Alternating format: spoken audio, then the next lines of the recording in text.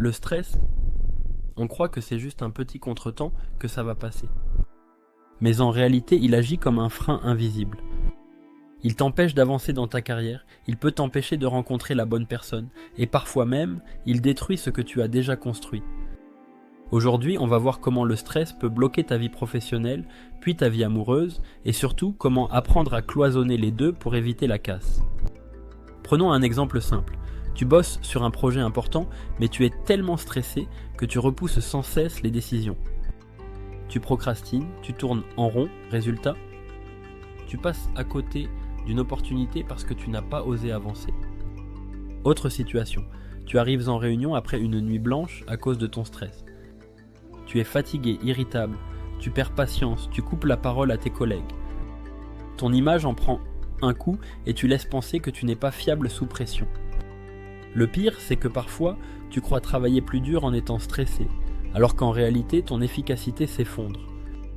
Tu t'épuises, tu perds en créativité et à la fin, tu bloques ta propre progression. Le stress peut aussi t'empêcher de rencontrer la bonne personne. Quand tu es tendu, fatigué, la tête pleine de soucis, tu dégages une énergie négative. Tu deviens fermé, moins souriant, moins disponible. Et forcément, ça décourage les rencontres. Tu pourrais croiser quelqu'un de génial, mais ton stress t'empêche de vraiment être présent. Et si tu es déjà en couple, c'est encore plus dangereux.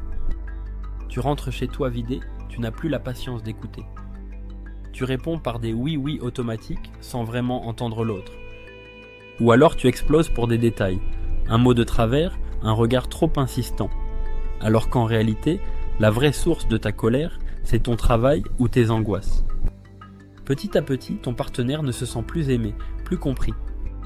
Et ce n'est pas l'amour qui disparaît, c'est le stress qui le ronge de l'intérieur. La solution, ce n'est pas d'essayer d'éliminer le stress, on ne peut pas.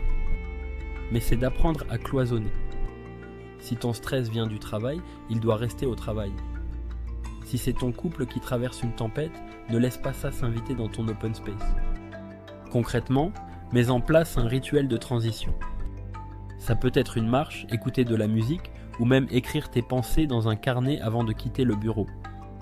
Ça aide ton cerveau à dire « Ok, le boulot reste ici. À la maison, si une tension existe, choisis un moment précis pour en parler. Pas dans la précipitation, pas quand tu es déjà épuisé. Un vrai temps de qualité où vous êtes disponibles l'un pour l'autre. Cloisonner, ce n'est pas fuir. C'est protéger ton énergie et tes relations. Le stress sera toujours là. Mais il ne doit pas décider pour toi. Si tu le laisses déborder, il peut freiner ta carrière et détruire ton couple. Mais si tu apprends à cloisonner, alors ta vie professionnelle et ta vie amoureuse cessent de se faire la guerre et commencent enfin à s'équilibrer. Et c'est là que tu avances, vraiment.